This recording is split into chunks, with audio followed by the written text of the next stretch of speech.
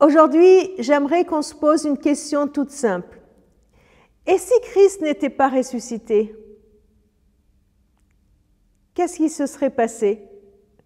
En fait, je triche un peu, ce n'est pas moi qui pose cette question, c'est Paul lui-même qui l'a posée, pour nous expliquer les conséquences incroyables de la résurrection de Jésus, de son importance pour notre vie. Paul nous donne un peu le vertige en nous disant, vous savez quoi, imaginez un instant que Christ ne soit pas ressuscité. Eh bien, c'est simple, il n'y aurait rien à croire. Regardez, 1 Corinthiens 15, 17, il dit « Si Christ n'est pas ressuscité, votre foi est une illusion et vous êtes en plein dans vos péchés. » Si Christ n'était pas ressuscité, Christ, Jésus, serait un simple homme, un mortel, un philosophe, un humaniste, peut-être bien plus que ça, peut-être un modèle à suivre, quelqu'un qui aurait vécu une relation étroite avec Dieu et qui nous invite à sa suite à l'imiter.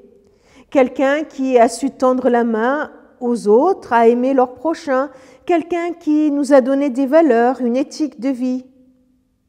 Si Christ n'est pas ressuscité, mais Paul dit, mais nous n'avons rien à prêcher, notre foi, elle est inutile. Elle est inutile. Pourquoi? Parce que ce serait juste un discours. Ce serait juste un discours, il n'y aurait pas besoin de croire quoi que ce soit. Il suffirait d'adhérer tranquillement à une philosophie ou à une pensée.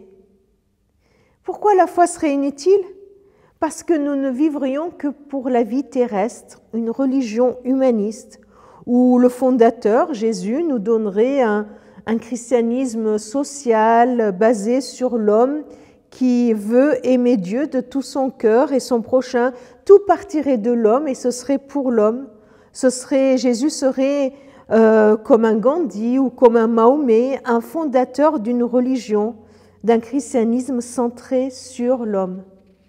Et nous ne pourrions à aucun moment avoir l'assurance d'avoir même le droit de parler, de communiquer avec Dieu, le Dieu saint, tellement tout autre que moi. Et Paul le dit, on serait encore en plein dans nos péchés. Nos manquements, notre péché nous rattraperait sans avoir cette assurance d'être pardonné.